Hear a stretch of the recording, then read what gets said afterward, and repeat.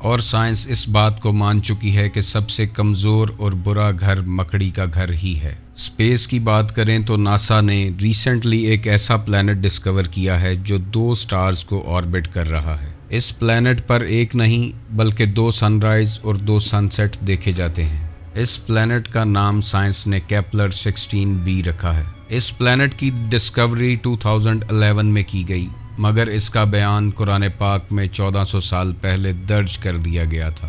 اس plant پر جیسا کہ 2 مشرقین اور 2 مغربین دیکھی جا سکتی ہیں، قرآن پاک کی سورہ معرج میں اس کا بیان ہے۔ تو مجھے تمام مشرقوں اور تمام مغربوں کے رب کی قسم، بے شک ہم ضرور قادر ہیں۔ آگے آنے والی انفارمیشن آپ کو مزید حیرت کی طرف لے جائے گی۔ اس سے پہلے ہمارے چینل کو سبسکرائب کیجئے گا، ویڈیو کو لائک کیجئے گا، شیئر کیجئے گا تاکہ ہمارا آپ کے ساتھ رابطہ بنا رہے۔ ناظرین، سورج جو ہمارے اس سولر سسٹم کا سینٹر آف گریوٹی ہے اور زمین پر توانائی کا سب سے بڑا سورس ہے، سورج سے ریلیٹڈ یہ انفارمیشن آپ کو حیران کر دے گی۔ سورج میں 92% ہائیڈروجن اور 8% ہیلیم ہوتی ہے۔ اگر آپ پیریوڈک ٹیبل کو دیکھیں تو اس میں ہائیڈروجن کا سمبل H ہے، جسے عربک میں ہا کہتے ہیں۔ اب قرآن پاک کی طرف اگر چلیں تو قرآن پاک میں شمس کے نام سے ایک مکمل سورت ہے، اور شمس کا مطلب سورج ہے۔ سورہ شمس کی ٹوٹل آیات 15 ہیں، اور اس سورت کی ہر آیت لفظ ہا پر ختم ہوتی ہے۔ اس سورت کو قرآن پاک میں 91 نمبر پر رکھا گیا ہے، اور حیرانگی کی بات یہ ہے کہ سائنس اس چیز کو قبول کرتی ہے کہ سورج اس یونیورس کے بننے کے 91 ملین ایئرز کے بعد ہی بنا تھا۔ اگر آپ سورج اور زمین کے درمیان کم ترین فاصلہ دیکھیں تو وہ بھی 91.4 مائلز ہے۔ قرآن پاک کا یہ نیمرولوجیکل آرڈر آپ کو مزید حیران کر دے گا کہ زمین اور سورج کا ایوریج ڈسٹنس 15 کروڑ کلومیٹر ہے، اور اگر اس سورت کی آیات پر غور کریں تو وہ بھی 15 ہی ہیں۔ اور مزید حیرانگی کی بات یہ ہے کہ سورج کی کور کا ٹمپریچر بھی 15 ملین سیلسیس ہی ہے، جتنی اس سورت کی آیات ہیں۔ دوبارہ سپیس کی بات کریں تو جب ایسٹروناٹس سپیس میں جاتے ہیں تو ان کی آنکھوں کی ویژن بلر ہو جاتی ہے، یعنی وہ زیادہ گہرائی میں نہیں دیکھ پاتے، اور وہاں ان کی نظر زیادہ ڈیپتھ پرسیو نہیں کر سکتی، کیونکہ ایسٹروناٹس کی آنکھوں کو سپیس افیکٹ کرتی ہے۔ سائنس نے یہ بات آج دریافت کی ہے، جبکہ قرآن پاک میں اس کا بیان 1400 سال پہلے لکھا گیا تھا۔ سورہ ہجر کی آیت نمبر 14 اور 15 پر غور کریں تو اللہ فرماتا ہے، اور اگر ہم ان کے لیے آسمان میں کوئی دروازہ کھول دیتے تاکہ دن کے وقت اس میں چڑھ جاتے، پھر بھی وہ یہی کہتے کہ ہماری نگاہوں کو بند کر دیا گیا ہے، بلکہ ہم ایسی قوم ہیں جن پر جادو کیا ہو۔ 1400 سال پہلے ویژن کا سپیس میں بلر ہونا صرف وہی بتا سکتا ہے جس نے یہ کائنات بنائی ہو۔ ناظرین، سائنٹسٹ یہ بات آج دریافت کر رہے ہیں کہ مرنے کے بعد انسان کی ہڈیاں پتھر اور لوہے میں تبدیل ہو سکتی ہیں۔ انسانی ہڈیوں کا پتھر یا لوہے میں تبدیل ہونا آج سے 1400 سال پہلے قرآن پاک میں لکھا جا چکا ہے۔ سورہ بنی اسرائیل کی آیت 49 اور 50 میں اللہ فرماتا ہے، اور انہوں نے کہا، کیا جب ہم ہڈیاں اور ریزہ ریزہ ہو جائیں گے تو کیا واقعی ہمیں نئے سرے سے پیدا کر کے اٹھایا جائے گا؟ تم فرما دو کہ پتھر ہو جاؤ یا لوہا۔ آج سے 1400 سال پہلے یہ انفارمیشن وہی دے سکتا ہے جو اس کائنات کا خالق اکبر ہے۔ ناظرین، یہ انفارمیشن آپ کو مزید حیران کرنے والی ہے۔ کیا آپ جانتے ہیں کہ ایسٹروناٹس جب سپیس میں جاتے ہیں تو آکسیجن کا لیول کم ہونے کی وجہ سے ان کا سینہ ٹائٹ ہو جاتا ہے اور انہیں سانس لینے میں مشکل پیدا ہوتی ہے، اور وہ سینے میں جکڑن محسوس کرتے ہیں۔ یہ فیکٹ بھی سائنس نے آج دریافت کیا ہے، جبکہ قرآن پاک نے اس فیکٹ کو 1400 سال پہلے لکھا ہے۔ سورہ الانعام کی آیت نمبر 125 پر غور کریں، جس میں اللہ فرماتا ہے، اور جسے اللہ ہدایت دینا چاہتا ہے تو اس کا سینہ اسلام کے لیے کھول دیتا ہے، اور جسے گمراہ کرنا چاہتا ہے اس کا سینہ تنگ، بہت ہی تنگ کر دیتا ہے، گویا کہ وہ زبردستی آسمان پر چڑھ رہا ہو۔ سپیس کی بات کر رہے ہیں تو یہاں ایک اور بات جان لیں کہ سائنس نے 17ویں سینچری میں ایک روسیٹ نیبیولا دریافت کیا تھا، جس کا ذکر قرآن پاک میں 1400 سال پہلے سے موجود ہے۔ اس نیبیولا کی بناوٹ اور کلر بالکل گلاب کی طرح ہے۔ قرآن پاک کی سورہ الرحمن آیت نمبر 37 کی طرف چلتے ہیں، جس میں اللہ فرماتا ہے، پھر جب آسمان پھٹ جائے گا تو گلاب کے پھول جیسا سرخ ہو جائے گا جیسے سرخ چمڑا۔ قرآن پاک جس میں ہر چھوٹی سے چھوٹی اور بڑی سے بڑی چیز کا بیان ہے۔ یہ قرآن پاک 1400 سال پہلے انسانوں اور جانوروں میں موجود کروموسومز کی تعداد بھی بتا چکا ہے۔ انسان کے اندر 46 کروموسومز ہوتے ہیں۔ قرآن پاک کی سورہ الزلزلہ پر غور کریں اور شروع سے اس کے لیٹرز کو کاؤنٹ کرنا شروع کریں تو 46 لیٹر لفظ انسان پر آئے گا، اور انسان میں کروموسومز کی تعداد بھی 46 ہی ہے۔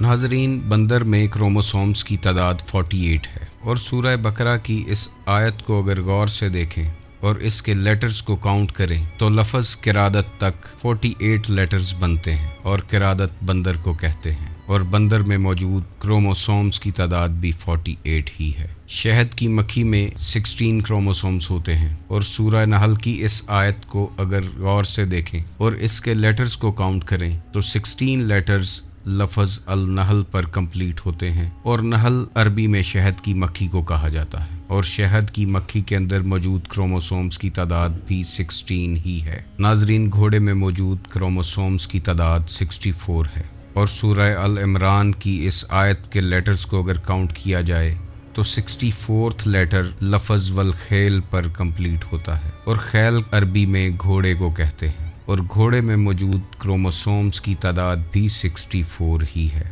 ناظرین، گدھے میں موجود کروموسومز کی تعداد 62 ہے، اور سورہ جمعہ کی اس آیت میں لفظ گدھے کے بعد 62 لیٹرز ہی ہیں، جو گدھے میں موجود کروموسومز کی تعداد کے عین برابر ہیں۔ اونٹ میں موجود کروموسومز کی تعداد 74 ہے۔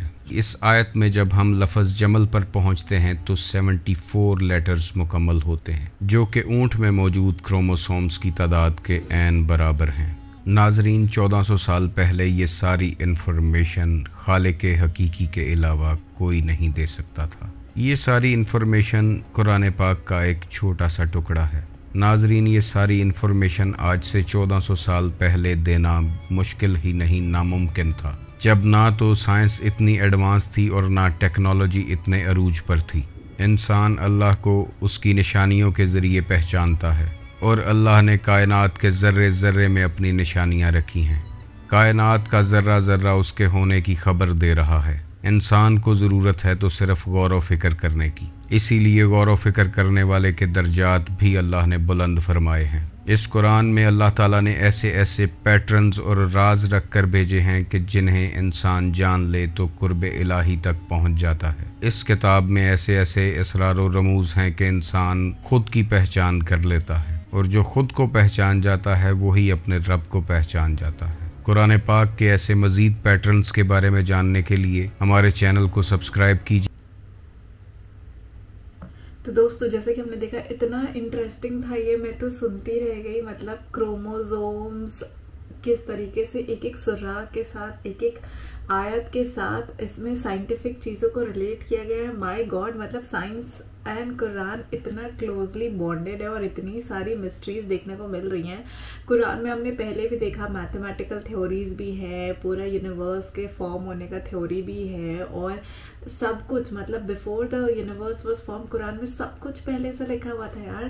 اور جو بھی میں نے جتنے بھی ویڈیوز ابھی پہلے بھی قرآن سے ریلیٹڈ دیکھے تو میں نے یہی دیکھا ہے کہ قرآن پاک از دا اونلی بک۔ ایسا اس لیے ہوتا ہے کیونکہ قرآن پاک از دا اونلی بک جس میں ٹرانسلیشنس نہیں ہوئے، جس میں اوریجنالٹی چلی، جس کی وجہ سے نا جو پرانے کنٹینٹ ہے ان کو کوئی پرابلم نہیں ہوئی ہے، اسی لیے اوتھینٹسٹی جو مینٹین ہے وہ قرآن میں ہے، اور اسی لیے میکسیمم انفارمیشن ہمیں صحیح ہوتی دکھی تھی۔ تو کافی انٹرسٹنگ تھا، کافی مزیدار تھا۔